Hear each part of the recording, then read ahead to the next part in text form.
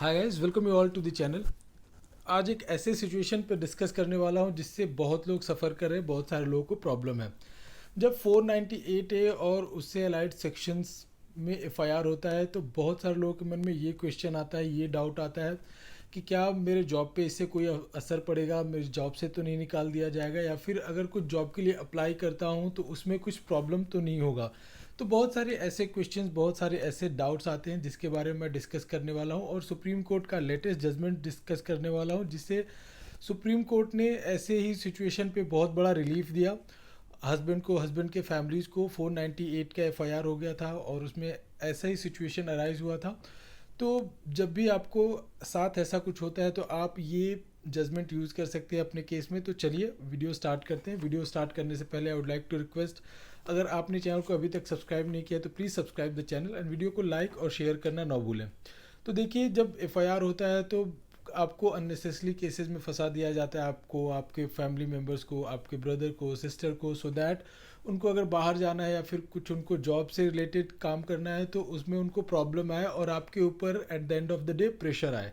तो ऐसा ही ये केस था। तो इसका फैक्ट्स के बारे में बता दूं तो जो हस्बैंड था वो यूएस में जॉब करता था और जो वाइफ थी कुरुक्षेत्र हरियाणा की थी। दोनों के बीच में शादी होता है और शादी होने के कुछ दिन बाद हस्बैंड यूएस चला जाता है जॉब करने के लिए, क्योंकि जॉब वो पहले से यूएसए में ही कर रहा था।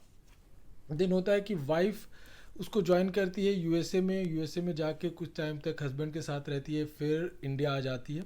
और इंडिया आने के बाद वही कंप्लेन लॉज करती है against husband, his brother in law, यानी अपने हस्बैंड के भाई के against, mother in law, father in law को अगेंस्ट इफ कंप्लेन लॉज करती है सेइंग दैट मेरे को परेशान कर रहे हैं लोग, और जो हस्बैंड है वो मेरे को परेशान करता है, घर पे लेट से आता था और लोग मुझसे डाउरी का डिमांड कर रहे थे, व्हीकल का डिमांड कर रहे थे, डाउरी आर्टिकल्स का डिमांड कर रहे थे। और इस कंप्लेंट के बेसिस पे एफआईआर लॉज हो जाता है under section 323, section 34, 406, 402, 498 A and 506 Indian penal code act.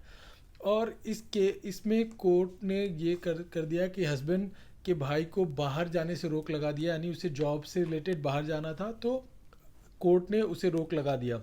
तो प्रॉब्लम देखिए इसमें ये होता है कि करियर से रिलेटेड, करियर को लेके प्रॉब्लम क्रिएट हो जाता है। और जो ऐसे केस में वाइफ ये चाहती है कि जितना उसके हस्बैंड के घर के लोग परेशान हो सके, तो इसमें भी यही मोटिव था। तो पार्टीज़ ने क्या किया कि हाई कोर्ट को अप्रोच किया कि बाहर जाने से उसे न रोका जाए, बाहर जाने की लिबर्टी दी जाए सो दैट वो अपने करियर में आगे बढ़ सके। तो बट हाई कोर्ट ने इसको डिस्कस कर दिया। तो देन पार्टी अप्रोच करती है सुप्रीम कोर्ट को और सुप्रीम कोर्ट ने पूरे मैटर को एनालाइज किया। एनालाइज करते हुए सुप्रीम कोर्ट एक क्वेश्चन पे आता है कि क्या पार्टी को बाहर जाने से रोका जाना चाहिए, यानी जो ब्रदर इन लॉ है कंप्लेनेंट का, उसे बाहर जाने से रोका जाना चाहिए। फंडामेंटल राइट्स है उसका, उसका लिबर्टी है, उसे कहीं भी जा सकता है, क्या उसे ख़त्म कर देना चाहिए जस्ट बिकॉज उसके भाई के अगेंस्ट के मैट्रिमोनियल केसेस चल रहे थे, उसके हस्बैंड, उसके भाई और उसकी वाइफ के बीच में। तो क्या उसके वजह से सारे घर वालों को भी सफ़र करना चाहिए, और जो ब्रदर इन लॉ है इसमें उसको भी बाहर जाने से रोका जाना चाहिए, जबकि उस पर एलिगेशन जो है कोई स्पेसिफिक एलिगेशन नहीं है, जनरल एलिगेशन है और उसका भी नाम डाल दिया गया है। उसके ऊपर कोई भी स्पेसिफिक एलिगेशन नहीं है और कोई ऐसा रीज़न नहीं है कि जिससे उसे बाहर जाने से रोका जाना चाहिए। तो उस पर कोई स्पेसिफिक एलिगेशन नहीं होने की वजह से ये हस्बैंड और वाइफ का एक डिस्प्यूट है, जिसमें सारे फैमिली मेम्बर्स का नाम डाल दिया गया, mother in law, father in law का भी नाम डाल दिया गया और ब्रदर इन लॉ का भी नाम डाल दिया गया। तो ये कोई रीज़न नहीं है जिसके वजह से उसे बाहर जाने से रोका जाए, उसके करियर को ग्रोथ होने से रोका जाए। जबकि जो ब्रदर इन लॉ है वैलिड पासपोर्ट होल्ड कर रहा है, उसके पास वैलिड वीज़ा है, सारे डॉक्यूमेंट्स हैं, तो ये इलॉजिकल है उसे बाहर जाने से रोकना।